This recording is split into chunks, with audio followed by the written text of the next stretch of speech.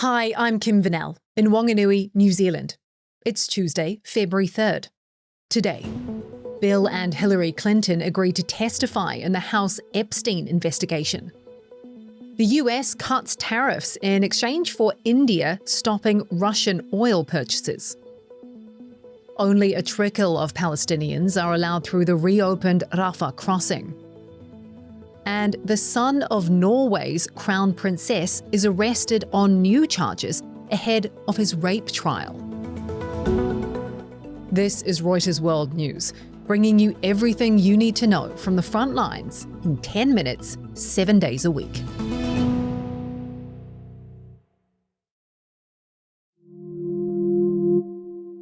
We start with a change of mind for Bill and Hillary Clinton. They've agreed to testify before a congressional committee about their alleged links to the late sex offender Jeffrey Epstein. The former US president and the former presidential Democratic nominee could have faced possible criminal charges had they been found in contempt of Congress for refusing to appear. Bill Clinton flew on Epstein's plane several times in the early 2000s after leaving office. He's expressed regret about the relationship and said he knew nothing about Epstein's criminal activity. The Clintons are among an increasingly long list of powerful people impacted by the Justice Department's multiple releases of Epstein documents. Reuters has been going through the millions of pages made public. Here's correspondent Andy Sullivan, who's been looking through the material. We're at about 3.5 million documents, and these are like emails, some of them are videos, some of them are photographs. It's just an enormous amount of information, and we've struggled to make sense of it, as have other news outlets. The real striking thing to me is how many people still associated with Epstein after he pleaded guilty to soliciting underage prostitutes, after he served his time, after it was known that he was a sex criminal. The Justice Department has said the material did not amount to evidence of criminal sexual activity by those named in the files. The US has reached a trade deal with India, ending months of escalating tensions between the world's two largest democracies. President Trump announced the deal on social media. It slashes US tariffs on Indian goods to 18%, down from 50%. And in exchange, Prime Minister Narendra Modi says India will buy more than $500 billion worth of US products and will stop purchasing Russian oil and buy American energy instead.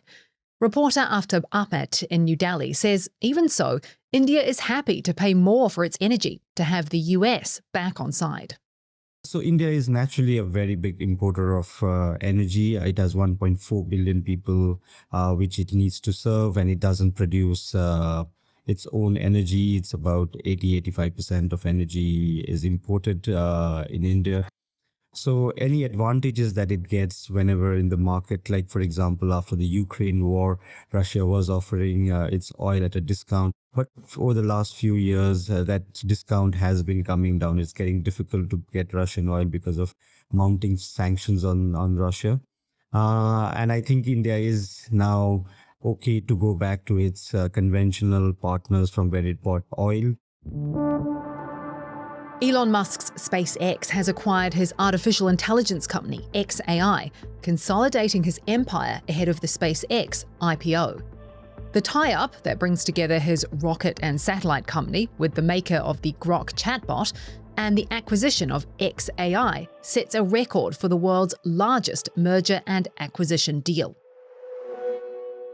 For more business and econ news, don't forget to tune into our sister Markets podcast, Morning Bid, available wherever you get your podcasts.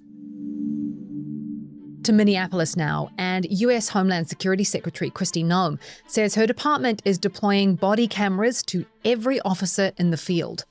The move is effective immediately, and the program will go nationwide as funding becomes available. That's according to an X post by Noem. Meanwhile, a measles outbreak at an immigration detention facility in South Texas has seen some people quarantined, according to the Department of Homeland Security. Officials say they've halted all movement to try and stop the spread, although didn't clarify exactly what that means. There are 2 confirmed measles cases at the Dilley Immigration Processing Centre, and officials say the infected are being treated with proper care. The US is in the midst of the largest measles outbreak since the disease was declared eliminated from the country in 2000. US Director of National Intelligence Tulsi Gabbard says she was at last week's FBI raid on an election facility in Georgia. She says her presence was requested by President Trump and that her attendance was within her authority. The reopening of Gaza's Rafah crossing on Monday marked a major step in the ceasefire intended to end the war. But it doesn't mean Palestinians can freely pass from Gaza into Egypt on the other side, with Israel severely limiting the number of people it allows through. One of those waiting is mother of three, Faten Hamed Abu Watfa. She hasn't seen her children since she left Gaza nearly 10 months ago to visit her mother-in-law receiving medical treatment in Egypt. She got stranded there when the Rafah crossing closed. For some in Gaza, like Tamar al-Burai, Rafah's reopening is a matter of life and death. He has obstructive sleep apnea and relies on a machine to breathe at night and needs to get out of the enclave to get treatment. He's one of some 20,000 people, according to Gaza's health ministry, who are awaiting medical evacuation, including children and cancer patients. Turning to Norway now, where it's been a challenging few days for the royal family. A Norwegian court has ruled that the eldest son of the crown princess will be held in police detention over new accusations made against him, including causing bodily harm and wielding a knife. The fresh accusations come ahead of his appearance due in court today, charged with 38 separate offences, including rape and domestic violence. He's admitted to some minor offences, but denies the more serious charges. He plans to give a detailed account in court, his lawyer says. He faces multiple years in prison if found guilty. Oslo bureau chief Gladys Fouché says it's a complicated situation for the Norwegian royal family to navigate. Marius is not in the line of succession. He's not a formal member of the family in the sense that he's not a prince. But he's, of course, part of the family. He is the son of the crown princess, and he is, a sibling to the future queen of Norway. The crown prince recently expressed that trying to help Marius. They show that they value him as a member of the family and they care for him. But they also have to be mindful of their role as the royal family of Norway. They've also expressed their compassion for the alleged victims of his crimes. And they've also been extremely careful about not intervening in the legal process. And they've expressed that they trust the legal process in Norway will come to a fair and rightful decision. The trial begins as the royal family battles several health problems, as well as questions over the crown princess's ties to Jeffrey Epstein. Over the weekend, she issued an apology saying she showed poor judgment. What's interesting is despite all these problems that the family is going through, the monarchy as an institution has been quite resilient in terms of popularity. Despite all of this, the vast majority of Norwegians do want a monarchy as an institution.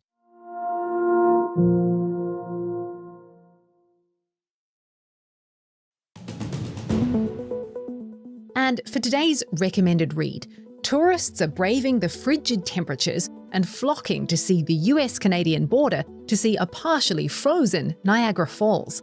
There's a link to that story and photos in the podcast description. For more on any of the stories from today, check out Reuters.com or the Reuters app. Don't forget to follow us on your favourite podcast player. If you're listening on a smart speaker, just ask for the latest news from Reuters 7 days a week. We'll be back tomorrow with our daily headline show.